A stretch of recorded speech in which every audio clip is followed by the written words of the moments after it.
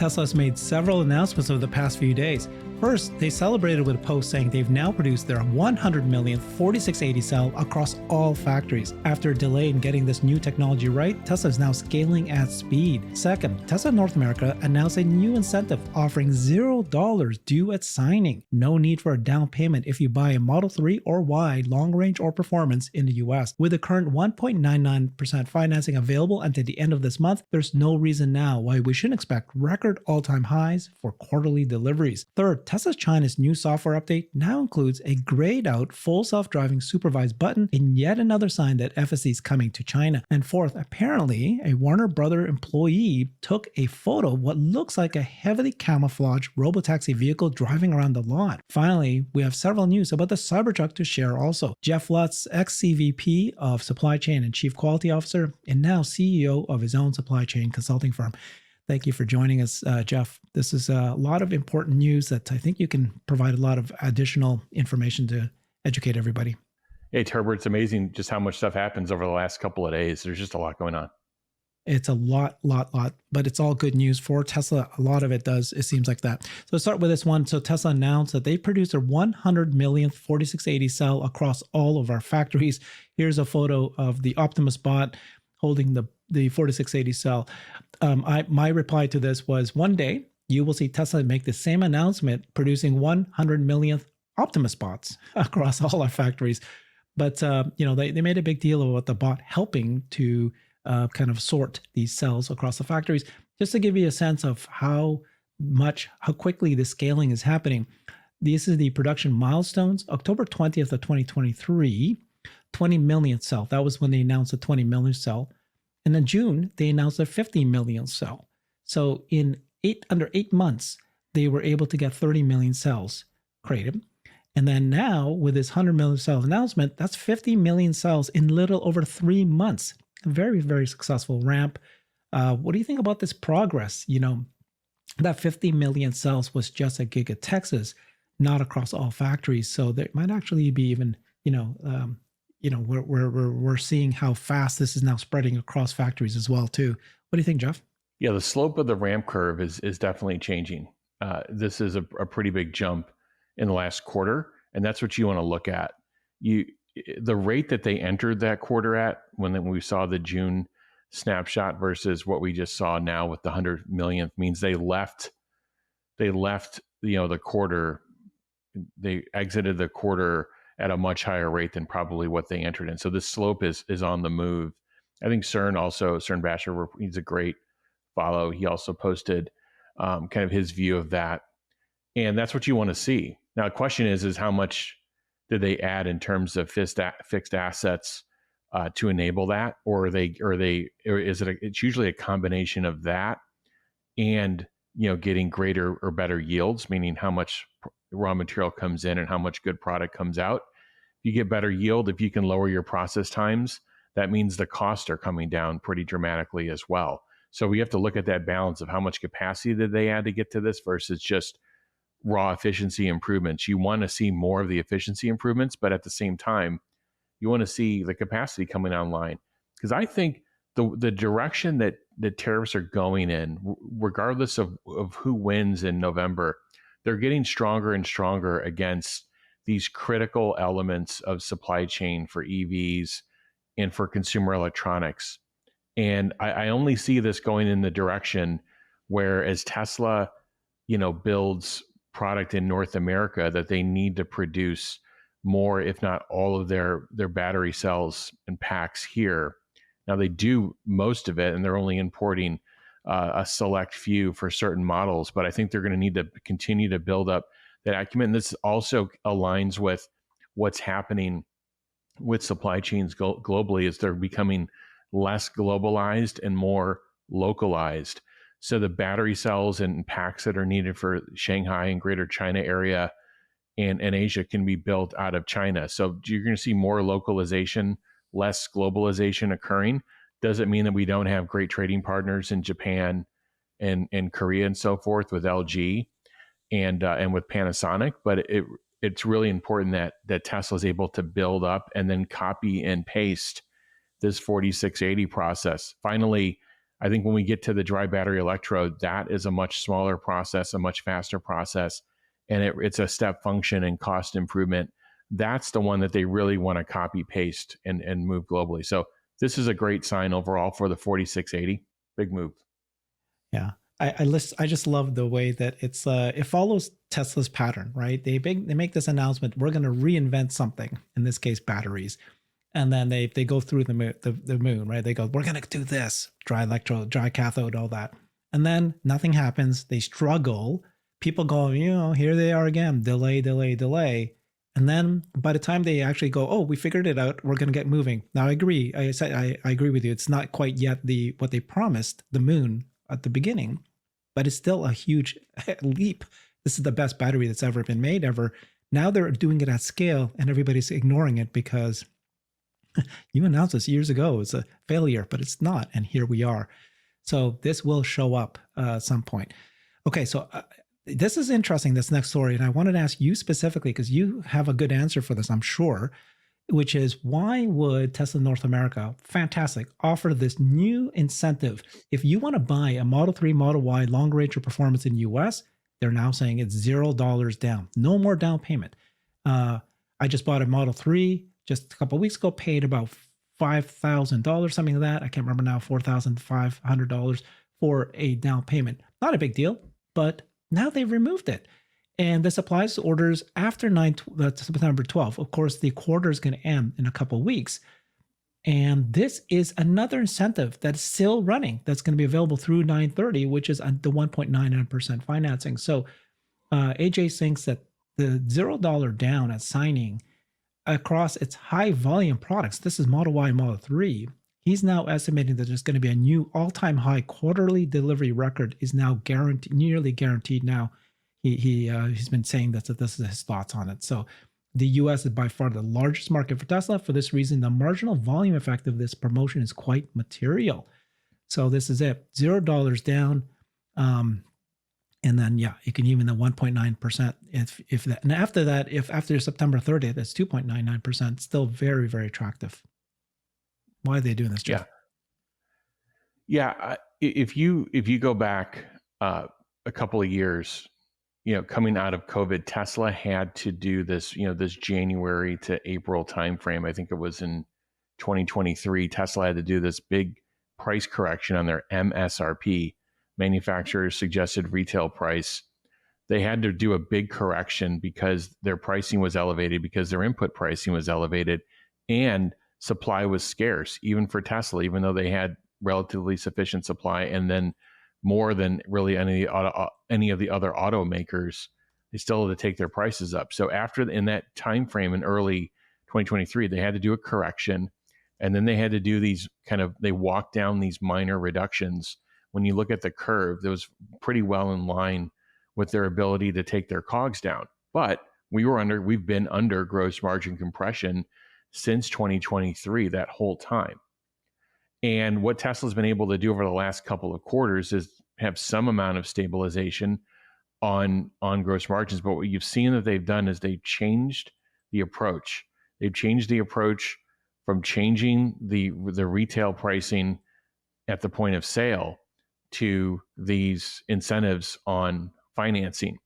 And the reason they're doing that is it's all timing based and relative to what macro and what the Fed is doing, and what global banks are doing as well, which is we were in a tightening regime in 2023. We were increasing rates. We were going up this curve of increasing interest rates.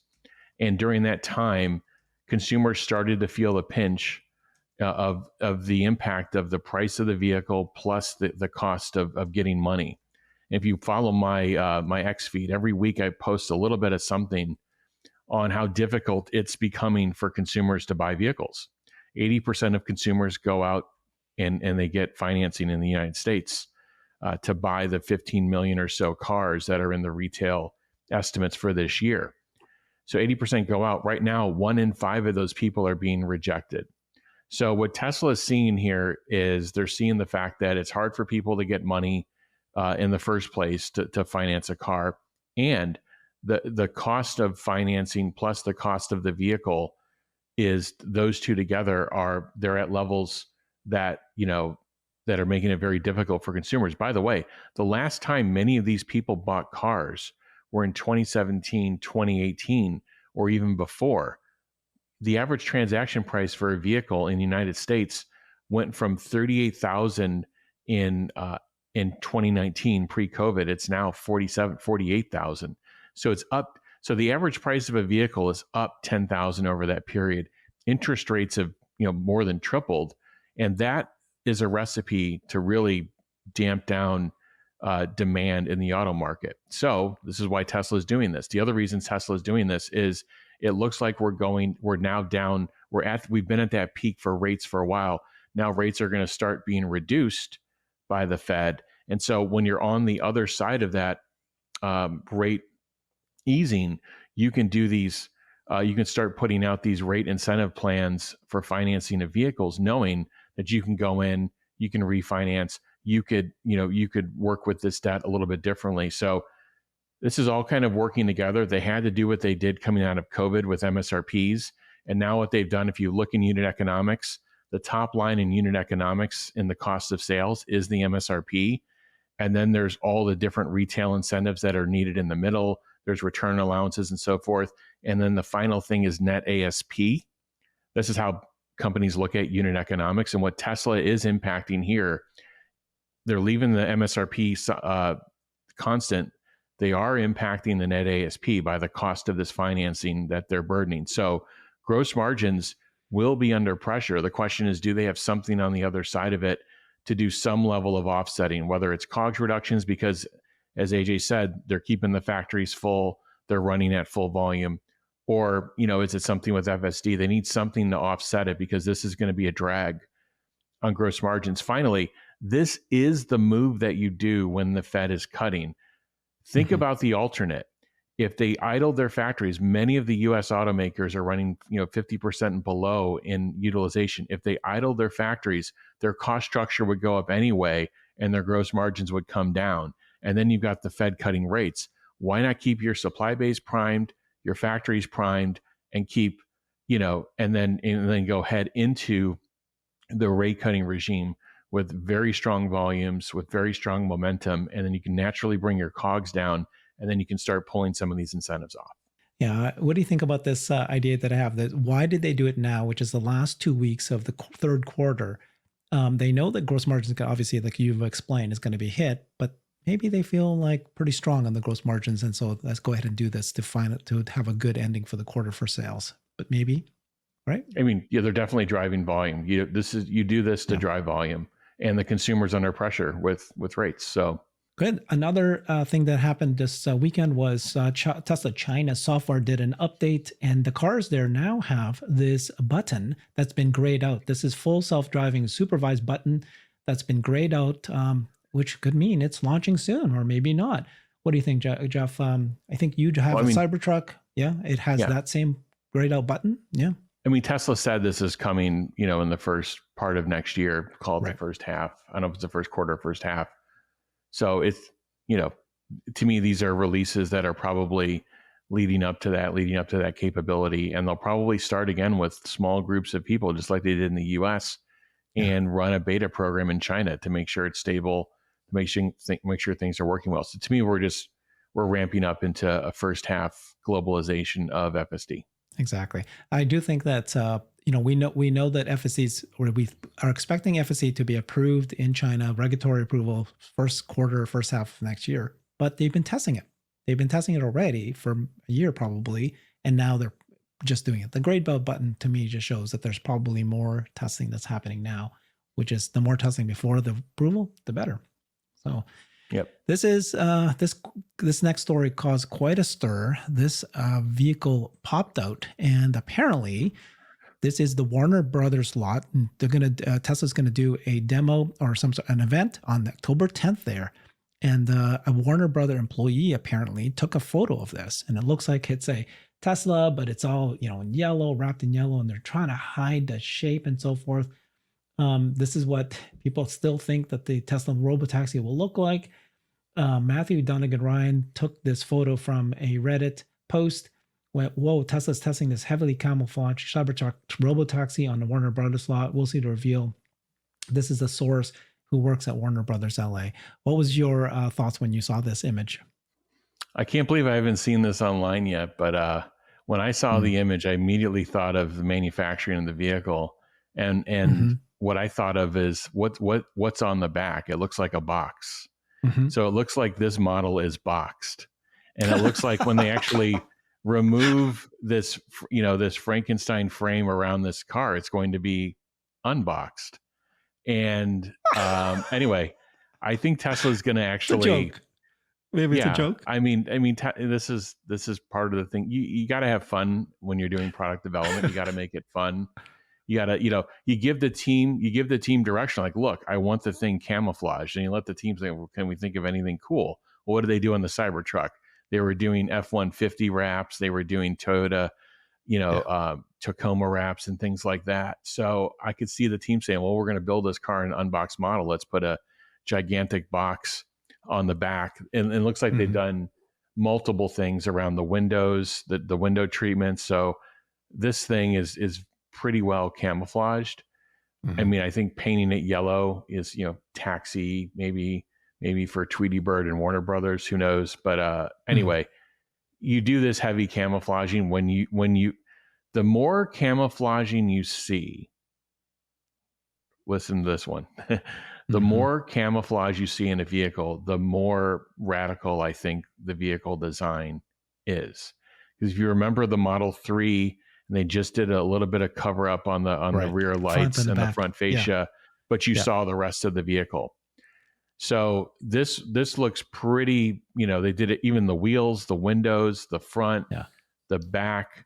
And I think when they pull it all off, it's going to be quote unquote unboxed, and we're going to see something that I think looks really cool. I wouldn't be surprised if they drove this thing on stage as is and kind of did a reveal, parody reveal that way. I think it's a red herring or yellow herring in this case. I think this is it's like a Robotaxi, but I think what this is going to be the lower, more affordable vehicle, and I still believe that the Robotaxi won't look like this, like a car necessarily. We'll see, but this is fun. Yeah. And there's another Tesla behind it too. So it looks like not that doesn't happen in the LA area where you see a couple of Teslas in a row, but. Okay. So next story here, just to wrap it up, we got the Cybertruck deliveries about to start in Mexico. So this is, they're going, you were saying this, right? They're starting to go global. Mexico, the right place to start. It sounds like it, right? Well, Canada first, right? US, Canada, Mexico. Yeah, get North America filled out. That's what you want to do from a logistics perspective as well. That keeps logistics costs relatively low, and it starts giving you that, that expansion. I think they're a little bit behind in where they wanted to be from a cost reduction perspective. I think they need this dry battery electrode to really meet on the battery side, but we'll see. But they have many. They probably have the longest list of engineering cost reductions you can imagine that they need to get into this vehicle. And again, that's why they only released the $125K of CapEx. When you see Tesla update the $125K to something greater, to closer to the $250, that second bit of CapEx is going to have a bunch of changes in it that are going to bring the COGS down on the product. And then what they'll do is they'll start running and ramping that CapEx. They'll keep the original 125K up and going, which they still haven't got that to scale yet. They'll keep that going at some level, then they'll go back in and do retrofits on what can be reworked on the original CapEx. So look for that. That's how I see this playing out. But yeah, this is the expansion I expected, to get it fully filled out in North America. I'm curious to see if your projections are correct here, or what you were saying before in terms of Cybertruck deliveries. So here we are in September, but in July, S&P Global Mobility reported that Tesla delivered 5,175 Cybertrucks in the month of July, up 61% month over month. Other EV pickups combined sold just 5,546 units, so very close to hitting that same period. We've been watching these drone shots of Giga Texas, and we're seeing just this kind of, the lot is full of Cybertrucks, and these are the Foundation series, right? Nicholas Yeah. calculated that, saying it's 48.2% of the market share for Tesla and EV pickups in the US.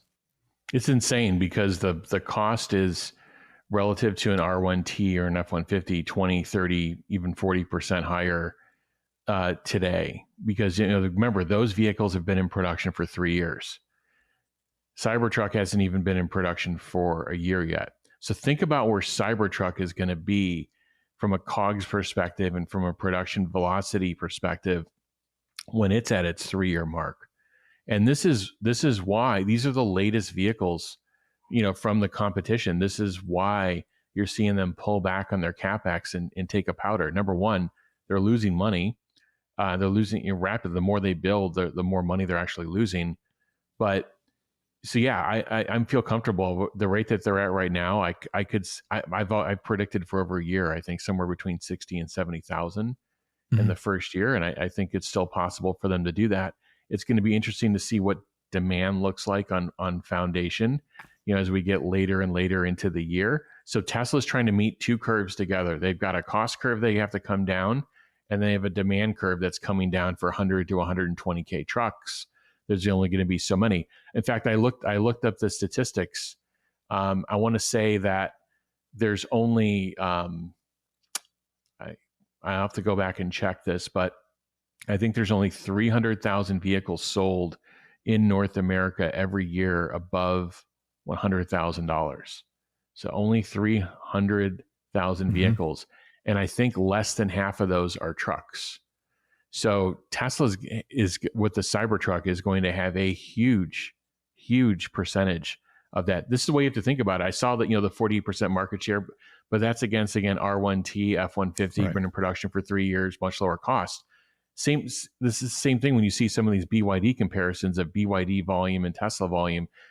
There's only 15% portfolio overlap between the two. So there's more portfolio overlap here, but I mean, Tesla's really outperforming, I think, from a sales perspective at 100 to 120K.